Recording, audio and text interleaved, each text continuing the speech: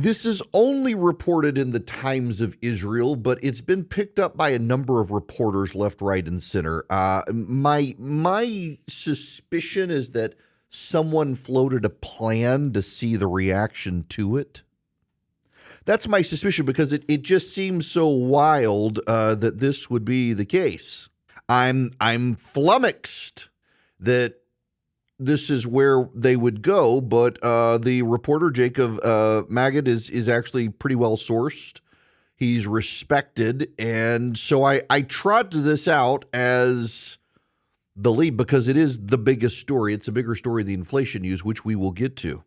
Biden officials envision a substantially weakened Hamas remaining in Gaza, but want to marginalize it further with an Arab-backed Palestinian Authority that can outgovern the terrorist group. More than 7 months into the Israel-Hamas war, the Biden administration's top priority is to try to secure a hostage deal. This would commence a weeks-long truce, but Washington's goal is for the pause to be turned permanent. If we can get a ceasefire, we can get something more enduring, and then maybe end the conflict, says White House National Security Council spokesman John Kirby. What appears less clear, though, is how pushing for the ceasefire squares with another U.S. commitment, eliminating the threat of Hamas. An enduring defeat of Hamas certainly remains the Israeli goal, and we share that goal with it. The Biden administration has not directly and publicly addressed this apparent dissonance, but 2 U.S. officials and 2 other sources familiar with the matter who spoke to the Times of Israel on conditions of anonymity offered some clarity. The goal is for Hamas to be severely weakened when the dust settles, that is, incapable of carrying out another attack like it launched on October 7th, the first U.S. official said. But we have to be honest about the fact Hamas will remain in Gaza in some form after the war is over. The last 6 months has proven no amount of fighting is going to change that, they added. Last week, Israeli troops raided Gaza City's Zaytun neighborhood for the 3rd time since the war's outbreak, after Hamas fighters returned to the area previously cleared by the IDF. What we're trying to do is advance a vision where Hamas would be marginalized, while Israel would be stronger through improved relations with its Arab neighbors. By doing that, we are able to eliminate the threat of Hamas without having to continue the war indefinitely. It's a years-long process and will require Israeli buy-in, but the alternative is a never-ending cycle of violence that the Israelis could be left alone to deal with. You know, they're doing it for the good of Israel. This is Jake Sullivan on the hostage situation. I cannot give you a clear number of how many are still alive because we do not have total fidelity on that, unfortunately. And it's something that we watch every single day. We know there are deceased hostages, and we know there are living hostages. And we know that with each passing day, the risk to those hostages also goes up, which only redoubles our commitment to try to get to a ceasefire and hostage deal as rapidly as possible. But unfortunately, I'm not in a position to give you fidelity on those numbers because nobody entirely has it. We have our analysis, our assessments. Some of that is driven by intelligence, so I have to be cautious in sharing them. But to look you in the eye and say, we know exactly how many are alive, nobody can do that for you. Real reassuring from this administration. Now, they want to essentially bring back in the Palestinian Authority, the PA they call it, and take over Gaza. I need to put this in perspective for you. Hamas was elected in the early 2000s in a democratic election by the people of Gaza. The Hamas and Fatah were the 2 parties. Hamas got elected. Fatah went away. Fatah went away because Hamas murdered them all. They didn't just close up shop and say we lost. No. They were the political rivals of Hamas. And when Hamas got power, they murdered all the opposition. I have a question for you. Do you really think that Hamas will go quietly? A weakened Hamas is still a Hamas with fangs. As long as Hamas is alive, Hamas will do damage. Hamas now has ties to Iran and will be funded by Iran. So you can't get Hamas to go away without making Iran go away, and this administration wants to prop up of Iran. So here's what I think is actually happening here. We have some naive progressives who believe they can remake the world in their image, who believe in the inherent goodness of everyone other than the Jews. And they think that they can bring about peace in our time in some capacity, very Neville Chamberlain-like. It's willful naivete. The Israelis want to eliminate Hamas as a threat, and they realize the only way to eliminate Hamas as a threat is to wipe Hamas off the face of the planet. And if that means a prolonged war, well, then buckle up, sit back, and have a long war. There's a fundamental disconnect in this country from Israel. Now, just keep in mind, again, the perspective here is that this administration has now told Israel, if you don't go into Rafah, and by the way, Israel is going into Rafah, and what this administration has said, what the Biden administration has said, is if you don't go into Rafah, we will give you intelligence we have thus far not given you about where to find Hamas leadership. Much as I mentioned yesterday, would be akin to an American ally telling us, if you don't go into Afghanistan, we will tell you where Osama bin Laden is. How do you think that would have played? It's playing the same way in Israel with this, that the American administration is betraying the alliance with Israel, which they are doing, by the way, all because they hate Benjamin Netanyahu. You got to understand here that, Naphtali, the opposition leader in Israel, he is on Benjamin Netanyahu. They don't like each other. They don't like each other, Naphtali and Netanyahu. They don't like each other. They are political rivals. And Naphtali has Netanyahu's back on this. He is in agreement that the United States should not be withholding weapons and the United States should not be withholding intelligence.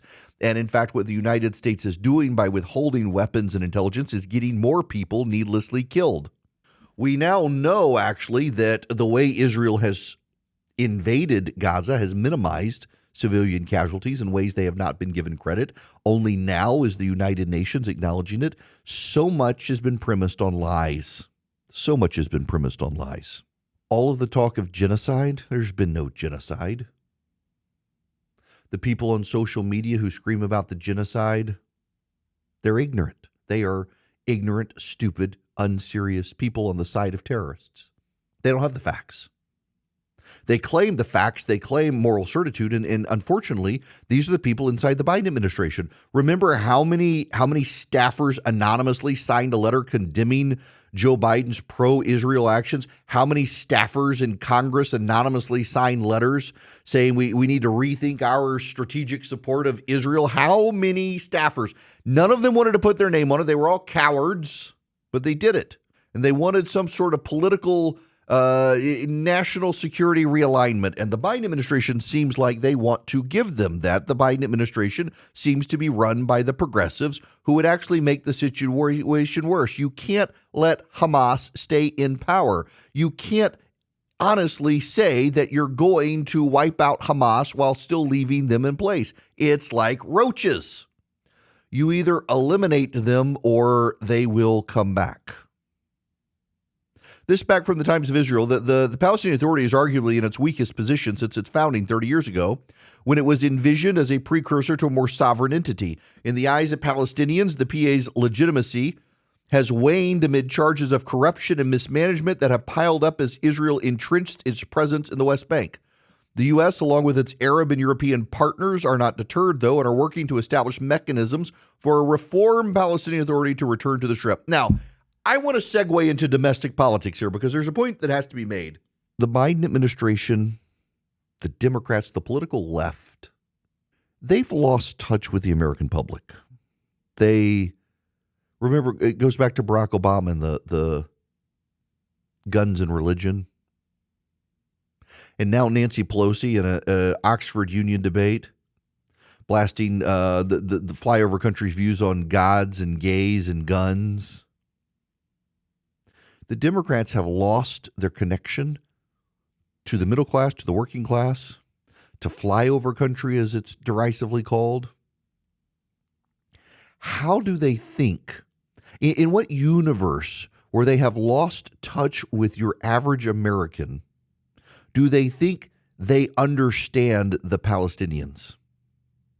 Is it not bizarre? You've got Democrats in Washington and the State Department, the Defense Department of the White House arrogantly presume that even though they've lost touch with the views of the American people, by God, we know what the Palestinians want. What the Palestinians want is death to the Jews. All you got to do is ask them. I mean, that's it. Have you not gone out and interviewed? I mean, pollsters have interviewed the Palestinians, and like 75, 80% of them say they were glad October 7th happened, and they only regret that more Jews weren't killed. And you want to put these people in some sort of leadership position? This administration has badly miscalculated. They want to do a peace deal between Saudi Arabia and Israel, which was on the verge of happening when Trump was president, and Joe Biden at the time mocked it, saying it would never happen. Now they want to do it.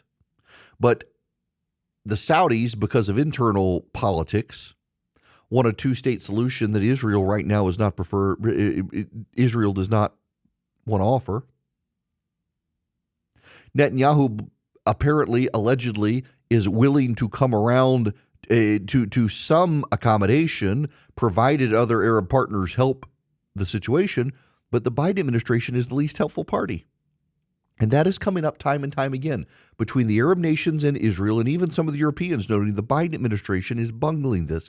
The Biden administration has expectations set by the progressives in power within the Biden administration that are not realistic to anyone other than the aloof progressives in the Biden administration. They're wrecking Israel's peace in the same way they've wrecked our economy. They have progressive theories on how the world will work that defy reality, and reality is biting everybody in the butt right now. The idea that Joe Biden and his administration somehow think leaving Hamas in any position other than annihilating them is possible and there will be peace in our times is delusional. It's not just Joe Biden who has dementia. It's his entire administration. They're all delusional, suffering some sort of brain rot, thinking this is possible. There will not be peace in our times, Joe Biden. You must eliminate the terrorist threat. And by the way, they still have American hostages, and you're more interested in punishing Israel than getting our hostages back. Is it any wonder you're losing in the polls?